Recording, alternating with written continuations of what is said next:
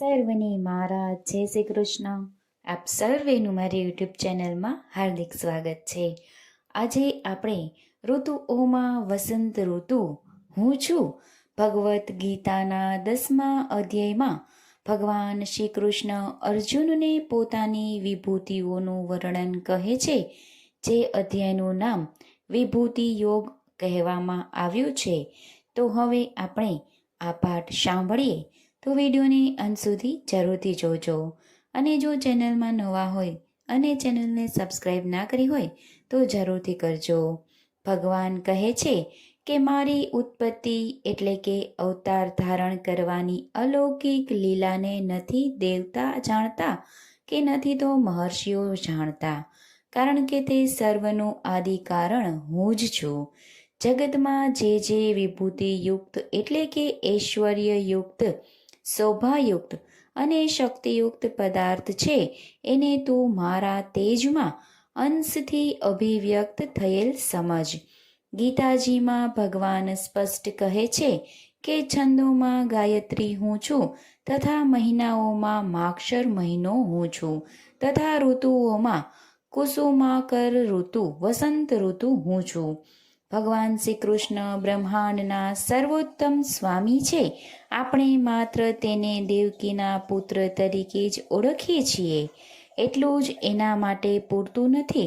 શ્રીમદ ભાગવતમાં ખુલાસો થયો છે કે જ્યારે તેઓ દેવકી તથા વાસુદેવજી સમક્ષ પ્રગટ થયા હતા ત્યારે તેમનો જન્મ માત્ર એક શિશુની જેમ થયો ન હતો. તેઓ પોતાના મૂળ રૂપમાં પ્રગટ થયા હતા અને પછી સામાન્ય બાળક રૂપે સ્વયં ઉપરાંત થયા પામ્યા. સમગ્ર સૃષ્ટિના રચયિતા ભગવાન પોતે જ છે. બુદ્ધિ, જ્ઞાન, સંયમ તથા મોહથી મુક્તિ, ક્ષમા ભાવ, સત્યતા, ઇન્દ્રિય નિગ્રહ, મનોનિગ્રહ, સુખ દુઃખ, જન્મ મૃત્યુ, ભય અભય, અહિંસા, સમતા, તૃષ્ટિ, તપ, દાન, યશ તથા અપયશ, જીવોના આ વિવિધ ગુણો તથા પ્રકૃતિ અને વિભૂતિઓ ભગવાન શ્રી કૃષ્ણ દ્વારા જ ઉત્પન્ન થયા છે. બળ, ઋતુ, વર્ણ, રૂપ જ ગીતાના આ પાઠમાં ભગવદ્ ગીતામાં વસંત ઋતુને કુસુમાકર ઋતુ તરીકે વર્ણવાઈ છે. ઋતુરાજ વસંત ઋતુ. હિન્દુ શાસ્ત્રમાં ઋતુઓમાંના 2 વર્ગીકરણ કરેલા છે. ઋતુઓનું ધાર્મિક મહત્વ તથા સ્વાસ્થ્ય મહત્વ આયુર્વેદની ચરક સંહિતા સૂત્ર સ્થાનને 6ઠા અધ્યાયમાં વર્ણવેલું છે. ભારત વર્ષમાં 2 અયના તથા 6 ઋતુઓનું વર્ણન જોવા મળે છે, જેમાં 2 મહિનાઓની એક ઋતુ એટલે કે વર્ષના 12 માસ થાય છે. ઋતુઓ 6 છે: વર્ષા, શરદ, હેમંત, વસંત, ગ્રીષ્મ અને શિશિર. મહિના વિક્રમ સંવત પ્રમાણે કાર્તક, માર્ગશિર, પૌષ, મહા, ફાગણ, ચૈત્ર, વૈશાખ, જેઠ તથા અષાઢ, શ્રાવણ, ભાદરવો અને આસો. આપણે 3 ઋતુઓનો અનુભવ કરીએ છીએ: શિયાળો, ઉનાળો અને ચોમાસું. દોષોના રોગો પ્રમાણે કફ, પિત્ત અને વાયુના વિકાસ આ ઋતુઓમાં ક્રમશઃ અનુભવ કરીએ છીએ. શિયાળામાં અંતિમ તબક્કામાં વસંત ઋતુનો અનુભવ અને ઉજવીએ છીએ.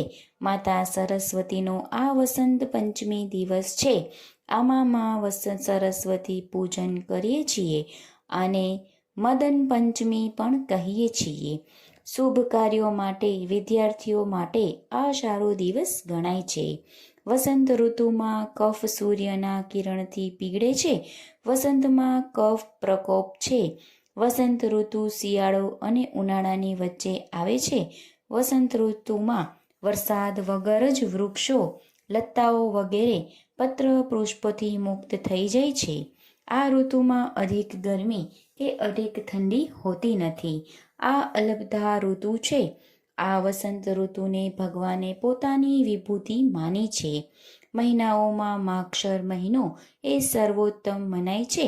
ભારતભરમાં આ માસમાં લોકો બહુ પ્રસન્ન હોય છે અને વિશ્વભરમાં વસંત ઋતુ સૌને પસંદ હોય છે, કારણ કે વસંત ઋતુમાં વાતાવરણ આહલાદક પ્રસન્ન હોય છે. વૃક્ષોમાં પુષ્પની બહાર આવે છે. વસંતમાં શ્રી કૃષ્ણની લીલાઓ સંબંધે અનેક ઉત્સવોની પણ ઉજવણી થાય છે. સરસ્વતી માતાનું પૂજન થાય છે. આથી જ સર્વ ઋતુઓમાં તે ઋતુ સૌથી વધુ હર્ષોલ્લાસપૂર્ણ ગણાય છે અને તેનું ભગવાન શ્રી કૃષ્ણ પ્રતિનિધિત્વ કરે છે.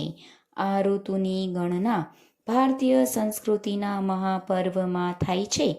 વીણાવાદિને માં સરસ્વતીનો પ્રાદુર્ભાવ વસંત પંચમી આદિકાળમાં ભગવાન વિષ્ણુને બ્રહ્માજીને સૃષ્ટિ રચનાનો આરંભ થયો હતો. એક દિવસ બ્રહ્માજી પોતાની રચેલી સૃષ્ટિ જોયું તો ચારે બાજુ હરિયાળી હરિયાળી નજર પડે. આ જોઈ અને બ્રહ્માજીના મનમાં સ્વર્ગનો આભાસ થાય છે અને તેમને પોતાના કમળમાંથી ચારે દિશાઓમાં જળ છાંટ્યું.